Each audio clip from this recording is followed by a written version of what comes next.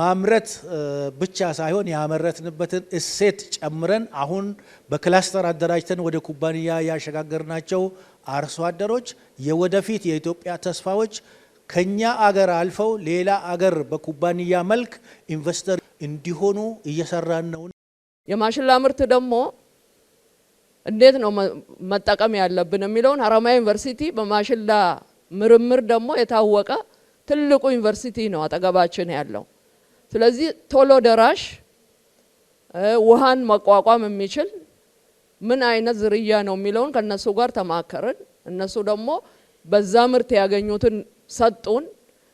በክላስተር በትራክተርም ደገፉን። በዛ ለነዚህ ሴፍትኔት ተጠቃሚ አርሶ አደሮች ዘርተን በራሳቸው ያመርታሉ። በተረጂነት ወደ ምርት አምነት ፕሮግራም ፕሮግራም በደንብ ተሰርቷል። እስከ ቀበሌ ደርሷል። መግባባት እስከ መሻገር በደንብ ተሰርቷል። ኮሚቴውም ሁሉም ቦታ ተስቀምጦታል። ብዙ ሁሉም እየሰሩ ነው ያሉት። ስለዚህ አሁን አንድ ምሳሌ ካነሱት ሶማሌ ክልል ማጣራት ብቻ እስከ 1 ሚሊዮን ድረስ ህዝብ ከእህል ደራሽ ጋር ወጥቷል።